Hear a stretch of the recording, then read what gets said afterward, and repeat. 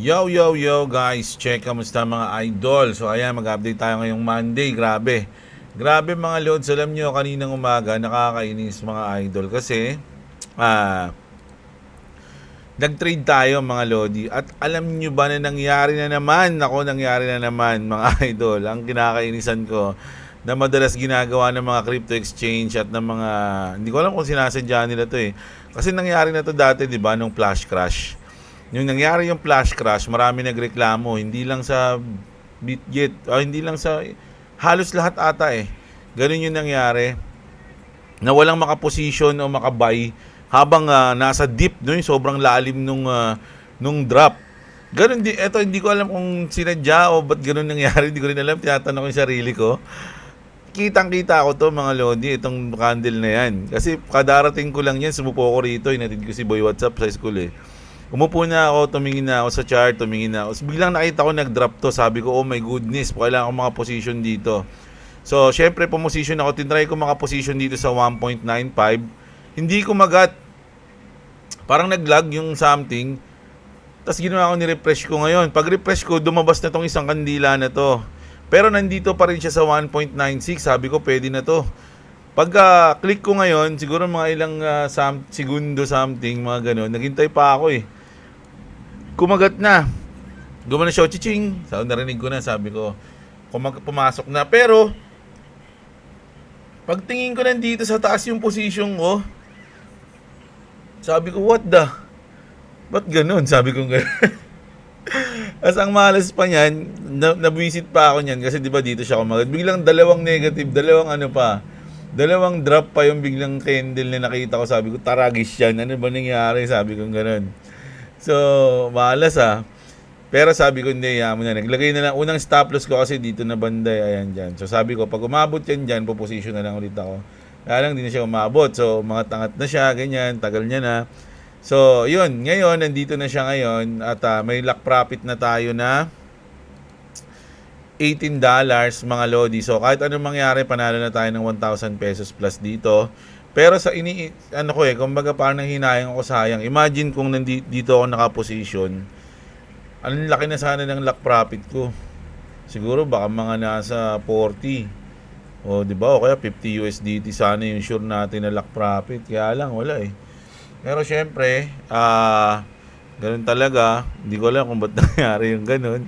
Minsan naman hindi ganun. Kumbaga ano lang eh. Parang na-tiyempo lang. Hindi ko alam kung bakit. Nakakainis. Sabi ko, malas yun eh.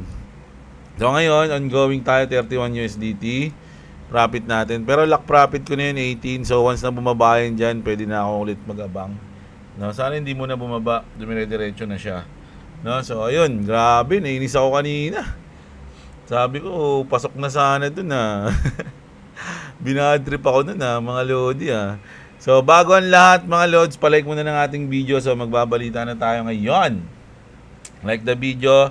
At syempre sa mga gusto ng ganitong content, everyday update sa balita natin global, crypto, no, NFT at kung anik-anik pa.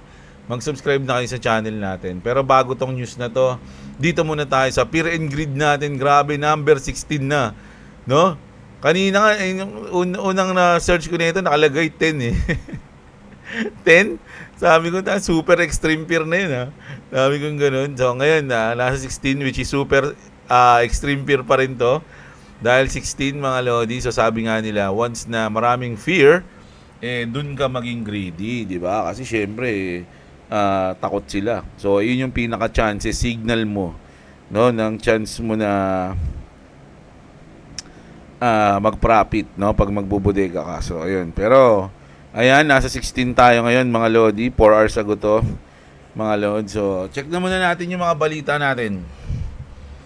Grabe, nainis ako dun kanina. So eto mga lodi, naku yari ha. Ito ano ko lang to, yung sa SEC kasi, sa tingin ko kailangan mag-ingat yung mga content creator ngayon. Kasi sa tingin ko gusto nilang may masampulan mga lods, no? Kailangan mag-sample tayo ng malupit dito para hindi na pamarisan to. Makulit kayo, hindi kami makadiskarte, sabi nga nun SEC, oh. Kailangan na may sampulan tayo para matakot yung mga ibang content creator. So sabi dito mga lodi, si Coach Jonathan Lu, nako yari. It's in cease and desist order against XM Exchange. No, yung XM Exchange hindi ata regulated to eh. Mga lodi, yung XM Exchange. The SEC name Forex sa Coach Jonathan Lu as among the high-profile endorsers of the platform. So, ano ba yung nabasa ko kanina dito kay Lu? Ayan, check nga natin. Meron kasi siyang mahabang-habang balita. Ito. The Securities and Exchange Commission has issued a cease and desist order against Trading Point Holding Limited operating under the name and style of XM Global Limited, and XM Philippines for its unauthorized solicitation of investment from the public. Susulisit sila. In an order promulgated on November 7, the SEC directed the XM Group to immediately stop engaging in the unlawful offering and or selling the securities without the necessary license from the commission. So, yari sila dyan, mga lodi, no? Intusan na sila, top sabi. Top na. The company, including its officers, promoters, representative agents, influencers, subsidiaries, and any and all person claiming and or acting for on their behalf to cease their internet presence relating on the transactions and investment scheme covered by the CDO Tosino. CDO. Among the group's endorsers are Filipino boxing icon and former Senator Emmanuel D. Pacquiao Sr. Emmanuel D. Pacquiao Sr.? Pacquiao?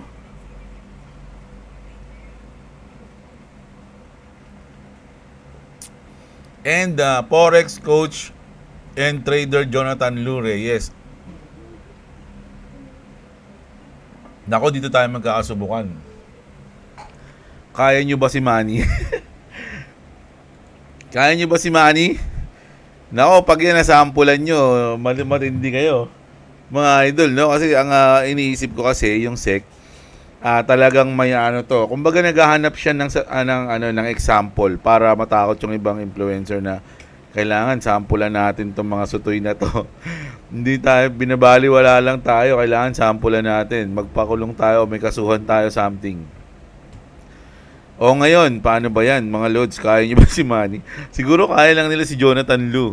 No? Kasi ayun yung talagang in-highlights eh. The SEC likewise prohibited the group from transacting any and all business involving funds in its depository banks and from transferring, depositing, and or conveying its asset, real or personal properties including bank, etc. So ayun na nga mga lods, no? Naglabas sila ng cease and desist, mga lods, no, sa Forex coach. Nako, ingat na lang, idol, baka may ikaw yung gawing example. Ako kanina, actually kagabi, sabi sa akin ni boss, may nabasa si boss sa TikTok ata o sa YouTube din, ay sa Facebook din. Sabi niya, itanggalin mo na yung mo yung tutorial mo ng BitGet to Gcash to BitGet, no? Kasi pinopromote mo yung BitGet, something ganyan. Una, hindi pa ako nakinig eh. Sabi ko, yam lang yun. Ano yun eh? Tutorial naman yun eh. Kumbaga, educational. Sabi niya, hindi nga, bawal nga eh. Sabi niya gano'n, yun na, siya na nagtanggal. So, naka-private na lang ulit. Naka-private na lang ulit yung tutorial natin. So, sa mga idol natin dyan na magbabalak kanya-kanya muna kayong explore, ha? Mga lodi, no? Pero, check nyo yung mga link dyan sa description. No, mga idol. So, ayan. Ako, grabe. Scary. Yung Christmas is scary. So, sabi dito, dahil nga nagkaroon ng partnership yung Solana at XRP, sabi ni Luke Judge confirms accelerating multi-chain strategy for XRP. So, kasama sa strategy nila yon, mga lods, no? Yung partnership ng Solana at XRP. Buy our shitcoin so we can produce more stable coin. Sabi, oy, Bitcoin mania to. Ay, Bitcoin maxi to, mga lods, no? Kaya maragalit sila. Once na nagkakaroon ng partner o something na good news, syempre magagalit yung mga Maxi. Parang ano nila yan kryptonite. Oh, yan. Yari sila, sartalan sila ngayon dito kay Brad Garlinghouse. What are the chances that the threshold guardian of the West in Chinese mythology is a white tiger? So, yung mga ating mga riddle man, no, yung mga nagdi-decode ng mga riddle, binigyan ng meaning yung quintas ni Brad Garlinghouse nung parang hindi ko alam kung Christmas party nila yun Kasama niya dyan si David Schwartz, di ba? So, by who? Ayan is the white tiger of the West who serves as a celestial threshold guardian. Ano ibig sabihin? Celestial threshold guardian yung ni-representative ni-representa ni Brad Garlinghouse dyan. In Chinese mythology, marking moments of transition and boundaries crossing. Grabe. May mga ibig sabihin pala yung mga suot nila. Anong ibig sabihin nito? Disco? Yung damit niya? Grabe naman yan, So, ayan.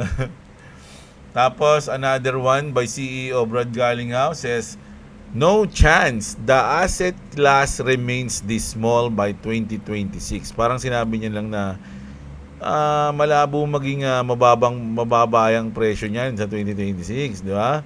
Parang sabi niya na, bahala kayo. Pag yan, umangat, may iwan na kayo. Parang minake sure niya lang na papalo yan, men. Huwag niyo na akong tanungin, sabi niya.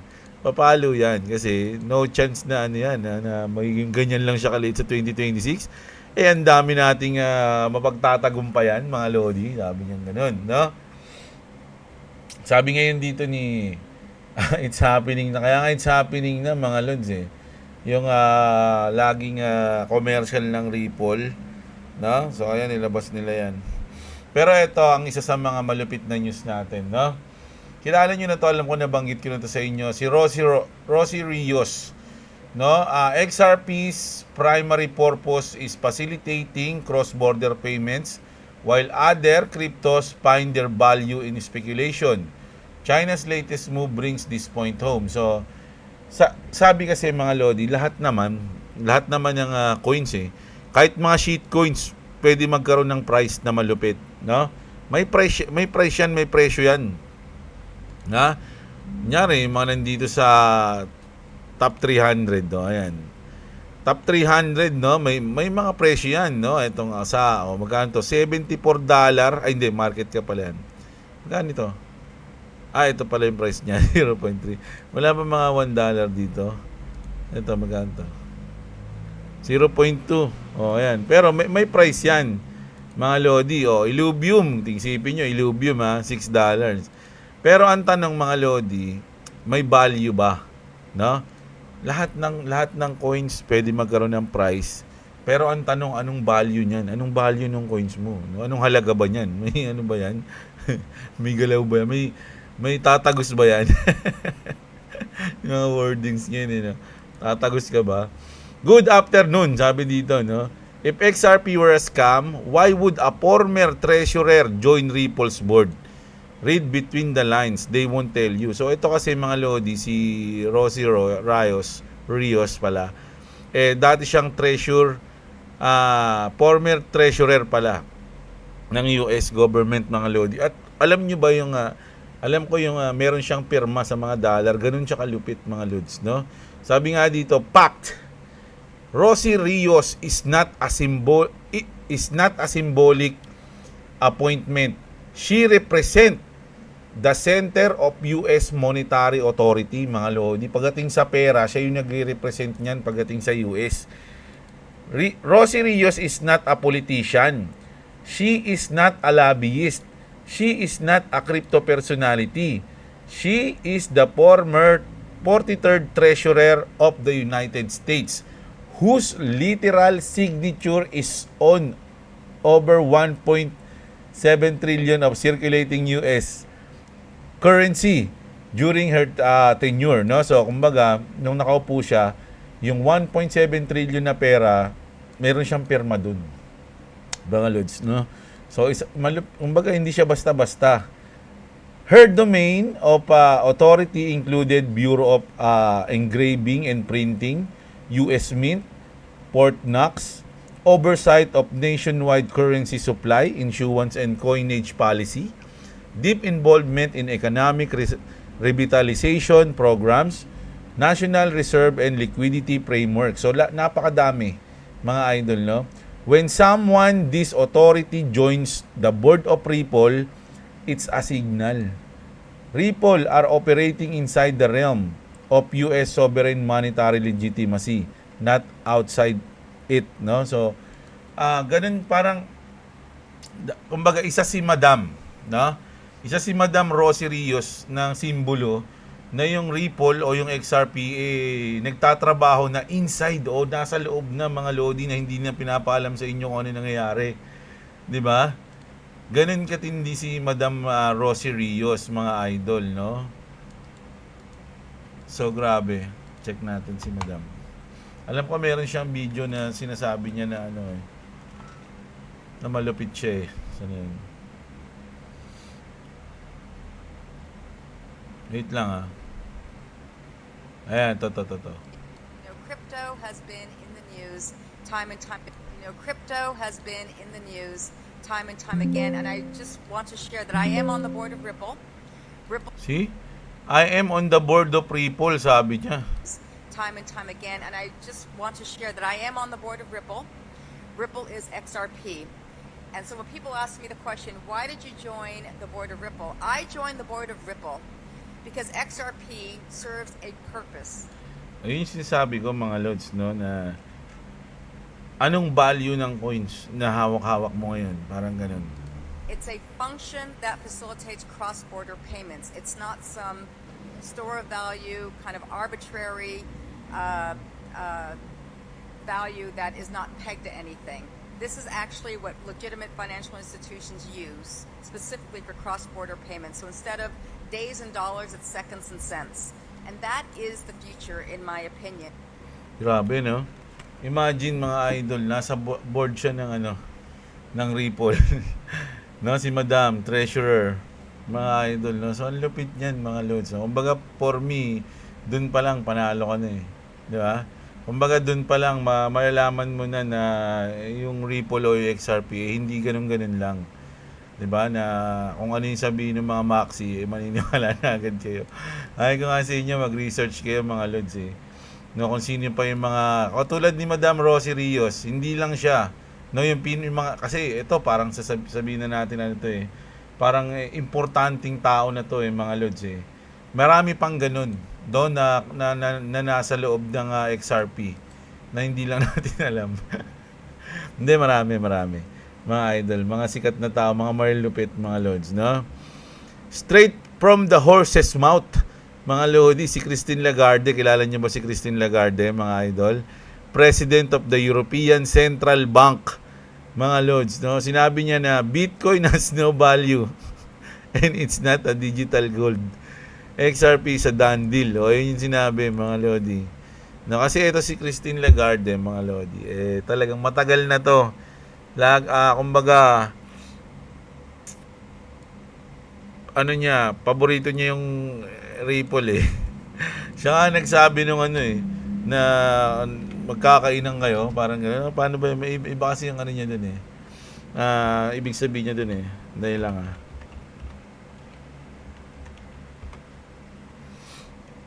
Tsaka matagal niya na tama ba spelling ko? Ba't wala? Alam ko may picture silang dalawa eh. Ni Brad Garlinghouse eh. Ba't to mga to? Wala. Hindi ko na makita. Pero meron silang picture mga lods. At magkasama sila. No? So, sobrang isa pa to mga lods, no? Si Christine Lagarde na baga sang-ayon siya sa Ripple, sa XRP, mga lods, no? Check natin yung ibang mga natin, mga lods, no? News.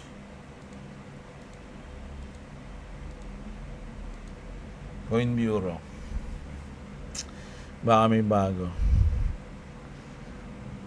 Ito pala mga idol, no, magkakaroon tayo pala ng CPI. This macro week would break or save crypto. Naku, lupit nun ah. US jobs data plus CPI drop next week. The same numbers that drive Fed cuts, liquidity, and crypto prices. One hot or soft print could flip rate cut odds fast, no? Kung baga, depende sa mangyayari sa CPI kung ano yung magiging future, no, ng rate cut natin. Pwedeng mag-rate cut o pwedeng mag-post o pwedeng magdagdag pa. Yari tayo dun mga lodi, no? Volatility doesn't bother me, sabi ni Cici. If I look at the long term, 10 to 20, 50 years, crypto is going up. So, sabi ko nga mga idol, lahat ng mga papasok o mag-i-invest pa lang sa crypto, dapat alam nyo na agad kung ano yung position nyo. Long term ba kayo o short term, mga lods. No? Kasi kung mag-short term kayo, pwede kayo mag-trade. Hindi, sa bagay. Abangan nyo yung mga sobrang drop. No? Doon. Pero kung long term kayo, yung mga ganitong pangyayari, wala to mga lodi, basic lang sa inyo yan. Wala masyadong epekto yan sa inyo. Ganun. Naku, nakita ko si Jim Cramer.